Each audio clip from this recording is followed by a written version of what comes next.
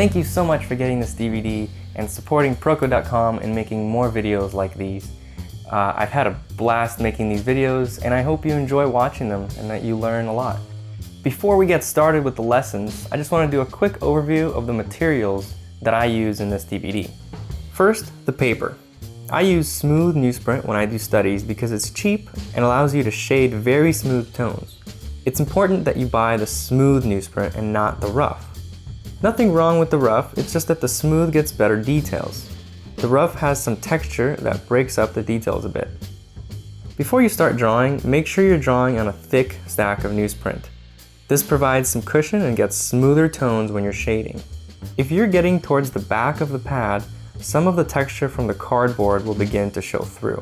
So constantly rotate the paper and make sure you're working on the top sheet. I do want to point out that newsprint is not archival. It will wrinkle and yellow over time if exposed to heat, light, moisture, and oxygen, which is pretty much everything. So I only use it when I practice at school, do studies, or film these tutorials. When I want to do a charcoal drawing that lasts, I use watercolor paper, and I'll usually choose the ones that are soft and cushiony. Or I'll use bristle paper with graphite pencils. I'm always trying out new types of paper, and I encourage you to do the same.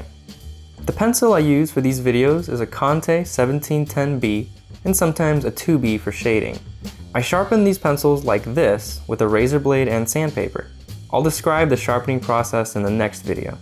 To erase, I like a kneaded eraser because I can shape it to whatever shape I want, and I can use it to erase large areas or small details. It also doesn't fall apart while you're erasing, and you can knead it to clean it up a bit.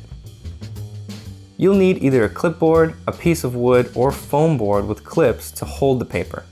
Put the pad towards your knees and lean it against the table or back of a chair.